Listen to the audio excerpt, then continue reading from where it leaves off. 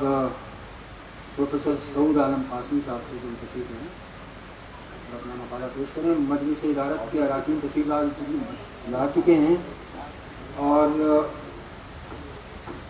مجلس صدارت کے اراکین میں وہ لوگ ہیں جو مقالہ نگار بھی ہیں، وہ آپ کے سامنے مقالے بھی پیش کریں گے اور اس مجلس صدارت کے اراکین میں بھی شامل ہیں.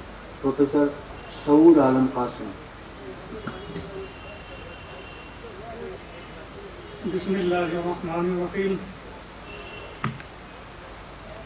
دو باتوں کے لیے میں منتظمین اور حاضرین کا شکر گزار ہوں. ایک تو یہ کہ اس علمی مجلس میں شرکت کی دعوت دے کر کے آپ نے ممنون و مشکور فرمایا ہے، اور دوسرے یہ کہ آپ نے سید العلماء مولانا علی نقی صاحب پر ایک یادگار سیمینار کر کے نہ صرف لکھنؤ والوں پر بلکہ علی گڑھ والوں پر بھی آپ نے احسان کیا ہے اور کفارہ ادا کیا. اور میں اس وقت جس پوسٹ پہ ہوں ڈین فیکلٹی آف تھیالوجی، تو میں اپنے آپ کو حضرت سید العلماء کا علمی اور روحانی وارث محسوس کرتا ہوں، اس لیے دوبارہ آپ کا شکریہ ادا کرتا ہوں. اور صرف اتنا کہتا ہوں کہ نام نیکو رفتگاں ضائع مکن تا بماند نام نیکت برقرار.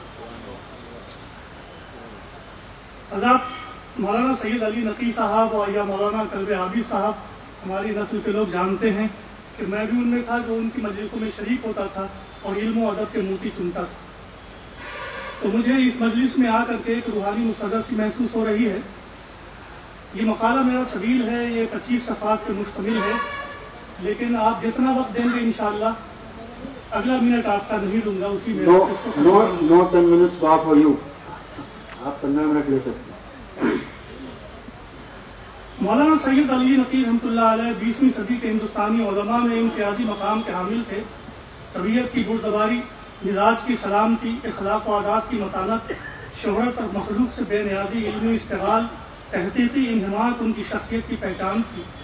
وہ شمع محفل کی طرح سب سے جدا بھی تھے اور سب کے رفیق بھی تھے. قرآن مجید، سنت رسول اور اقوال معصومین کا مطالعہ ان کے شب و روز کا مشغلہ تھا. ان میں غور و فکر کو اپنا وظیفہ زندگی بنا لیا تھا. تدریس و تصنیف اور علم و دانش کی آبیاری کے لیے اپنا وقت وقف کر دیا تھا.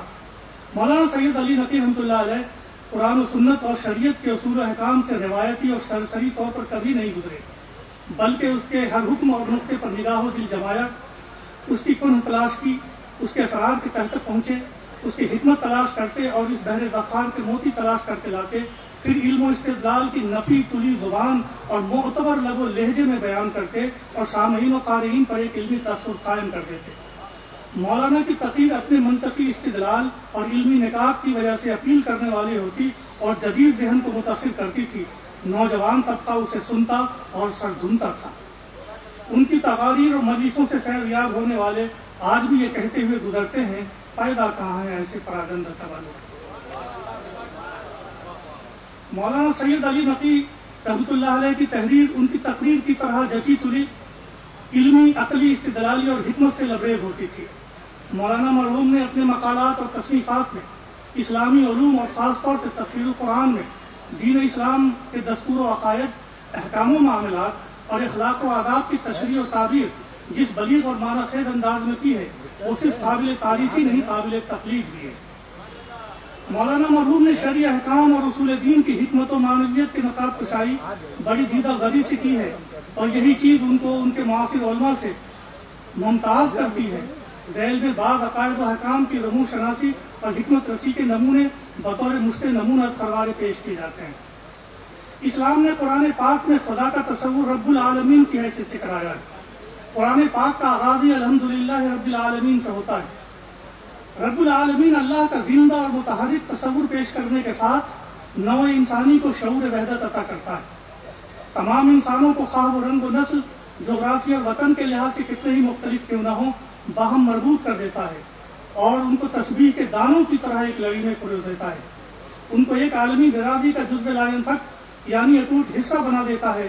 مولانا فرماتے ہیں خالق کو رب العالمین کہا گیا ہے، وہ تمام جہانوں کا پروردگار ہے. دوسری جگہ اس کی وسعت ربوبیت کو ان الفاظ میں کہا گیا ہے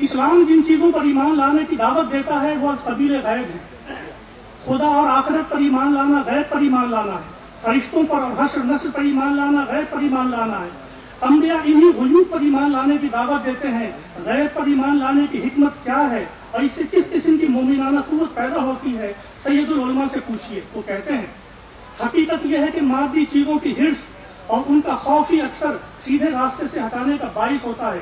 اور ظاہر ہے کہ آنکھوں کے سامنے جو آ سکتے ہیں وہ مادی نفع اور نقصان کے ذرائع ہیں. جتنا ان مشاہدات سے آدمی متاثر ہوگا اتنا ہی دولت، کثرت اور طاقت کے اصنام کے سامنے جھکنے پر مائل ہو جائے گا. اور جتنا ان عالم کے شہود کے مظاہر سے بے تعلق ہوگا اور ان سب کی طرف سے آنکھیں بند کر کے دل کی آنکھوں کو کھول کر اندیکھی قوت کی طرف متوجہ ہوگا اتنا ہی اس نقطۂ حق کے ساتھ وابستہ ہوگا جو اسے عدل و احسان کے سوا کبھی برائی اور ناحق کوشی کا روادار نہیں ہوتا. اسی لیے قرآن نے متقین کے وصف میں سب سے پہلے ایمان بالغیب کو رکھا ہے کہ یہ سرچشمہ ہے تمام دوسرے اوصاف کا. اس میں مرکزی نقطہ تو حق سبحانہ کی ذات ہے جو بہر صورت غیب الغیوب ہے، مگر اس کے ساتھ مذہب کے متعلق تمام حقائق جن کا اعتقاد ضروری ہے داخل ہو جاتے ہیں، کیونکہ وہ سب کے سب کسی نہ کسی حیثیت سے غیب سے تعلق رکھتے ہیں. ایمان محض چند نظری باتوں کو مان لینے سے پورا نہیں ہوتا، بلکہ یہ قلبی و ذہنی وابستگی اور خود سپردگی کا مطالبہ کرتا ہے. اصول زندگی کو اختیار کرنے اور دستور عمل کو ماننے سے پورا ہوتا ہے. مولانا اس نقطے کی وضاحت کرتے ہوئے کہتے ہیں یہ مغالطہ آج کل بہت عام ہو گیا ہے. سمجھا جانے لگا ہے کہ نیکی اور ایمان ایک دوسرے سے الگ ہیں، اور پھر اس مفروضے کی ایک فرع یہ قائم کر لی گئی ہے کہ کوئی شخص ممکن ہے بہت صالح اعمال کا ہو لیکن ایمان سے یکلخت محروم ہے. حالانکہ یہ تخیل ہی سرتاسر غلط ہے. نیکی ایمان سے الگ نہیں، ایمان ہی عملی شکل کا نام ہے. ایمان جب تک قلبی ہے ایمان ہے، اگر قولی و لسانی ہے تو اسلام ہے، اور وہی ایمان جب عمل سے ظاہر ہونے لگتا ہے تو اس کا نام حسن عمل ہے. حسن کردار یا عمل صالح اسی کو کہا جاتا ہے، اور حسن عمل کے معنی یہ ہے کہ وہ عمل رضائے الہی کے مطابق ہو. کوئی نیکی اگر پیش کی جاتی ہے جس کے تہ میں جذبہ ایمانی خفیف سا بھی موجود نہیں تو وہ نیکی نہیں، نیکی کی صرف صورت ہے، نیکی کی صرف نقل ہے. اور جس طرح نماز کی نقل محض نماز نہیں، اسی طرح کسی کی نیکی کی نقل پر نیکی کا اطلاق نہیں ہو سکتا. ایمان کا تقاضا بندگی کا عملی اظہار ہے. اس اظہار کے لیے شریعت نے نظام عبادت عطا کیا ہے. عبادت انسان کے دل کی تطہیر اور اس کے باطن کی تعمیر کرتی ہے اور انسان کا براہ راست روحانی تعلق خدا سے قائم کرتی ہے. اس کے لیے عبادت کے ظاہری نظام کی تعمیل کے ساتھ حضور قلب کی اور استحضار نیت کی ضرورت ہے. اس کی حکمت بیان کرتے ہوئے حضرت لکھتے ہیں نماز سے اگر صرف ورزش مقصود ہوتی تو اٹھا بیٹھی سے ہو جاتی اور اس کے علاوہ کسی چیز کی ضرورت نہ تھی. روزے سے مقصود اگر فقط معدے کو درست کرنا ہوتا تو وہ فاقے سے ہو جانا چاہیے، اس کے ساتھ کوئی کس شریک نہ ہو. اگر وضو سے صرف ہاتھ منہ کا صاف ہو جانا مقصود ہوتا تو پانی کے تڑیروں سے ہو جاتا، خواہ کسی طرح سے بھی ہو. اور تیمم سے مراد اگر جراثیم کا فنا ہونا ہوتا جن کے لیے مٹی زہر کا اثر رکھتی ہے تو بس مٹی کا مل لینا کافی ہوتا، چاہے جیسے ہو. مگر اسلام کا مقصد تو عالم ظاہر کے ساتھ عالم باطن کی تعمیر کرنا ہے، انسان کی روحانیت میں اضافہ کرنا ہے اور اس کے دل و دماغ پر وہ اثر ڈالنا ہے جس سے تقوی اور پرہیزگاری کے درجوں میں اضافہ ہو، نفسانی خواہشوں سے آزادی حاصل ہو. وہی روحانیت کا اضافہ خدا کی بارگاہ میں قرب ہے جسے قربتاً الی اللہ کے الفاظ سے بتایا گیا ہے. اس کے لیے صرف اعمال کی وہ حیثیت جو اعضاء و جوارح سے متعلق ہے کافی نہیں، بلکہ اس کے ساتھ کسی اور چیز کی ضرورت ہے اور اسی کا نام نیت عمل ہے. ایمان انسان کو گناہوں سے باز رہنے میں معاون بنتا ہے. خدا کے حاضر ناظر ہونے کا احساس جرائم کی طرف انسان کے بڑھتے ہوئے قدم کو روک دیتا ہے.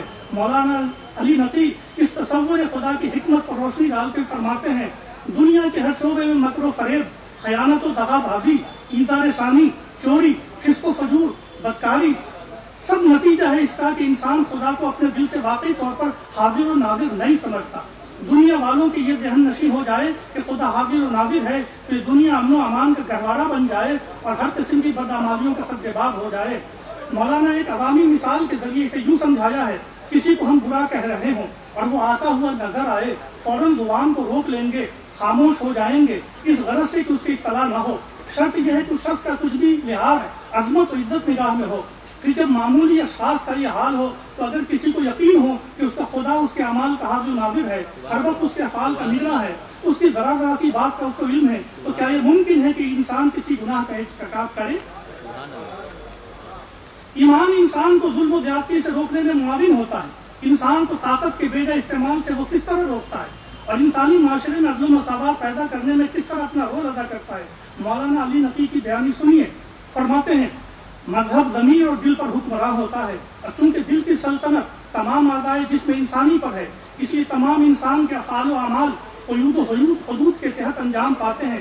مذہب سے قطع نظر کر کے ہم کسی طاقتور سے اس مطالبے کا حق نہیں رکھتے کہ وہ اپنی طاقت سے فائدہ نہ اٹھائے، کیونکہ دنیا کی ہر چیز فائدہ اٹھانے کے لیے ہے، اور فائدہ جو کچھ ہے وہ اس دنیا کا وقتی فائدہ ہے۔ ایک شخص جس کے بازو میں قوت ہے، تلوار میں باڑ ہے، مد مقابل کمزور ہے، اور اس کی پامالی سے ایک بہت بڑے نفع کی امید ہے۔ ایک منٹ میں آپ کو روک رہا ہوں، منتظمین سے میری درخواست ہے کہ یہ بائیں طرف اور یہ سامنے جو حضرات ہیں ذرا انہیں خاموش رکھیں۔ بہت اچھا مقالہ پیش کیا جا رہا ہے، سماعت میں شکل سماعت کا باعث بننا ہے۔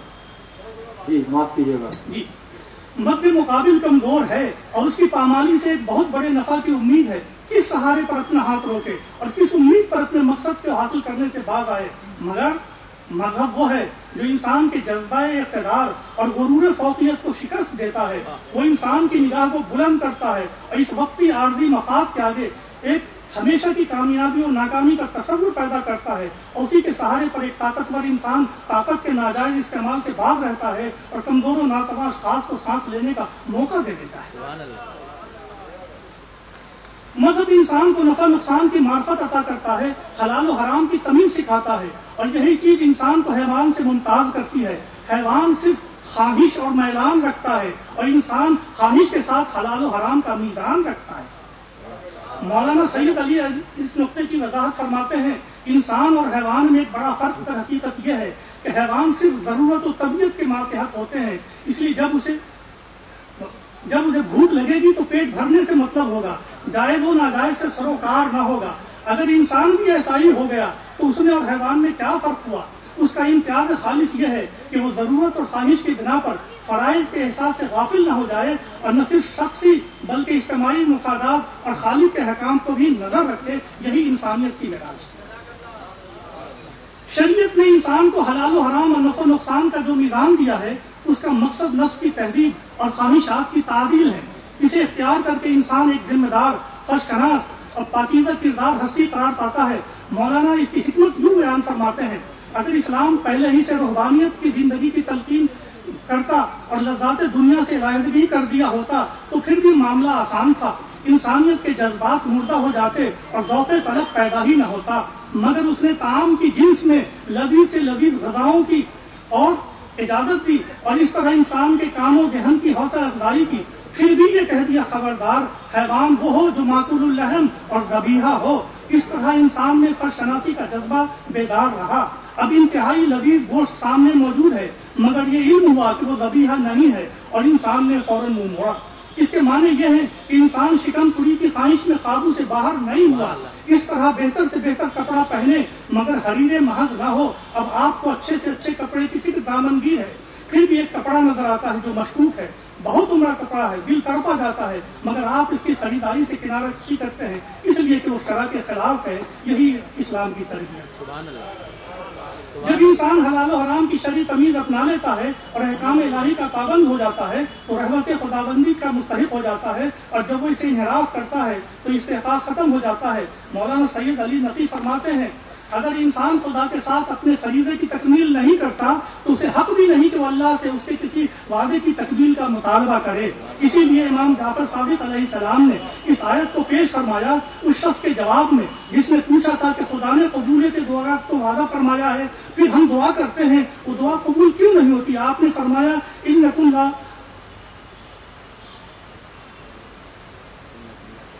ترجمہ میں کرتا ہوں، تم اللہ سے وہ عہد جو اس نے تم سے لیا ہے پورا نہیں کرتے ہو۔ خود اس نے ارشاد فرمایا کہ تم میرے عہد کو پورا کرو، میں تمہارے عہد کو پورا کروں گا۔ اگر تم اللہ سے وعدہ وفائی کرتے تو وہ بھی تم سے ایفائے عہد کرتا، تم نہیں کرتے تو وہ بھی نہیں کرتا۔ انسان بندگی صرف خدائے پاک کی کرتا ہے، اسی لیے اسے دعائیں مانگتا ہے اور وہی قبولیت عطا کرتا ہے۔ بندہ نیاز مند ہے، خدا بے نیاز ہے۔ بندہ خدا سے بے نیاز نہیں ہو سکتا۔ خدا کے تقرب کے لیے اس نے مقربین کا حوالہ دیا ہے۔ مولانا سید علی نقی صاحب اس استعانت اور توسل کی حکمت یوں بیان کرتے ہیں، یوں اسباب ظاہری کی بنا پر گرتا ہوا پاس والے سے مدد لیتا ہے، فقیر دولت مند سے سہارا لیتا ہے، بلکہ ڈوبتا تنکے تک کا سہارا ڈھونڈتا ہے، مگر یہ سب ظاہری اسباب کی حد تک ہیں۔ اس کے پس پردہ ایک مسلمان اپنے دل کی گہرائیوں میں ایک اور طاقتور کو محسوس کرتا ہے، جبکہ سہارا دیے بغیر کوئی ظاہری سبب کار برابری کے لیے کافی نہیں ہو سکتا، وہی خالق کی ذات ہے۔ اسی طرح خالق کے حکم سے گناہوں کی مغفرت یا دعاؤں کی قبولیت کے لیے اس کے مقربین کے ساتھ توسل یہ بھی استعانت کے خلاف نہیں ہے جو ذات الہی میں منحصر ہے، کیونکہ یہ وسائل اسی خدائے ذوالجلال کے مقرر کرتا ہے، پھر بھی اصل مرکز اعانت ذات حضرت احدیت ہی میں مرکوز ہے۔ توسل سے آگے ایک شفاعت کی صورت ہے۔ اسلام نے شفاعت کا متوازن تصور دیا ہے۔ مولانا سید علی نقی نے اس کی حکمت بیان کرتے ہوئے فرمایا ہے، بے شک اسلام میں بھی شفاعت کا عقیدہ ہے اور وہ قرآن سے بھی ثابت ہے، مگر اس میں اسرائیلی عقیدے کی طرح نہ عمومیت ہے نہ اس طرح قطعیت، بلکہ وہ خاص اہل ایمان کے لیے خدائے تعالیٰ کے اذن و رضا کے ساتھ مشروط ہے۔ مایوسیوں کی گھنگھور گھٹا میں صرف ایک امید کی چمک دکھلا کر توجہ اللہ کو تازہ کرنے کا ذریعہ ہے۔ اس طرح نہ اس میں نجات کلی ہے جس کے بعد اصلاح اعمال کی ضرورت نہ ہو جو اسرائیلی عقیدے کا لازمہ ہے، اور نہ یاس کامل ہے جس کے بعد گنہگار اپنے کو دوزخی سمجھ لے پھر اصلاح نفس کو بیکار سمجھنے لگے، بلکہ اسلام کی تعلیم ان دونوں نقطوں کو چھوڑ کر بین ہے، اور یہی اس کا طر امتیاز ہے۔ الایمان نصفان، نصف خوف و نصف رجا، ایمان کے برابر دو حصے ہیں، ایک خوف اور ایک امید، اور یہی اسلام ہے۔ اللہ تعالیٰ نے یہ کائنات بامقصد اور پر حکمت بنائی ہے۔ دراصل یہ آثار ہیں جو مؤثر حقیقی اللہ تعالیٰ کے ہیں۔ مطالبہ یہ ہے کہ انسان ان آثار کو دیکھے اور مؤثر پر ایمان لائے، آثار سے فائدہ اٹھائے اور مؤثر حقیقی کے حمد و ثنا کرے۔ مولانا علی نقی فرماتے ہیں، قرآن مجید میں زمین و آسمان اور دیگر کائنات کا جو ذکر ہے وہ اس مقصد کے لیے نہیں ہے کہ ان حقیقتوں اور ماہیتوں کو بیان کیا جائے، بلکہ ایک ان کے افادی پہلوؤں کو جو بنی آدم سے متعلق ہے نمایاں کر کے اللہ کی نعمتوں کا احساس کرانا مقصود ہے، اور دوسرے اس کی عظمت و حیرت انگیز خلقت کی طرف توجہ دلا کر خالق کی عظمت و قدرت کی طرف توجہ دلانا مطلوب ہے۔ زمین چاہے قربی ہو اور چاہے مسطح، بہرحال جہاں تک ہمارے لیے کارآمد اور محسوس پہلو کا تعلق ہے وہ ایک بچھونے کی حیثیت رکھتی ہے، اور اس میں خاص توجہ دلانے والا جز یہ ہے کہ یہ بچھونا کس نے قرار دیا؟ ظاہر ہے کہ اسی نے جس نے زمین کو خلق فرمایا۔ اسی طرح آسمان وہ کوئی ٹھوس جسم ہے یا سیال مادہ ہے، اسے قرآن کچھ نہیں کہتا۔ بے شک اس کی محسوس شکل جو ہر آنکھ کے سامنے ہے وہ یہی ہے کہ وہ ہمارے سروں پر ایک چھت کی طرح بلند ہے، اس کو سامنے رکھ کر اس کے خالق کی طرف توجہ دلائی گئی اور اس کے حمد کروایا گیا۔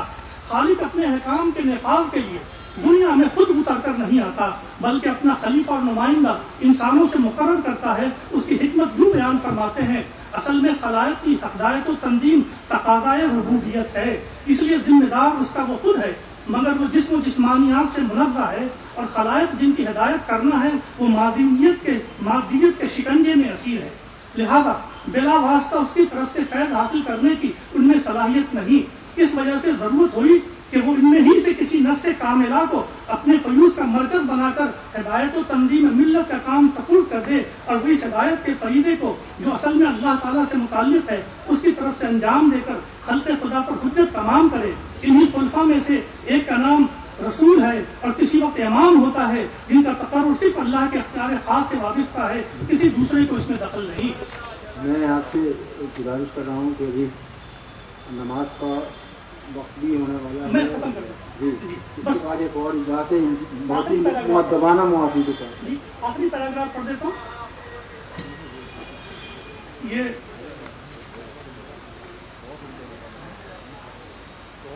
حضرت یہ میں اس سے متعلق جو آخری ہے وہ حصہ میں پڑھ دیتا ہوں، اس کے لیے بھی عنایت کہ آپ نے اتنا وقت دے دیا۔ جو لوگ خود اپنی ذات پر، اپنے سماج پر، اپنے ملک و معاشرے پر اللہ کے احکام کا نفاذ کرتے ہیں، اس کی مرضی کا لحاظ کرتے ہیں اور اس کی رضا کے طلبگار رہتے ہیں، وہ اللہ کے دوست اور ولی ہیں۔ وہ ہر خوف اور حزن سے بے نیاز ہے۔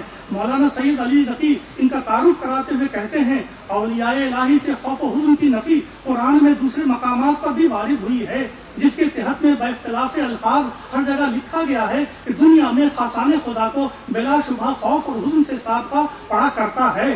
اس لیے جس خوف کی نفی ہوئی ہے وہ اندیشہ انجام ہے، جو ضمیر کی بے اطمینانی کا نتیجہ ہوتا ہے، اور جس حزن کی نفی ہے وہ اپنے کردار پر افسوس ہے جو پشیمانی کا مترادف ہے۔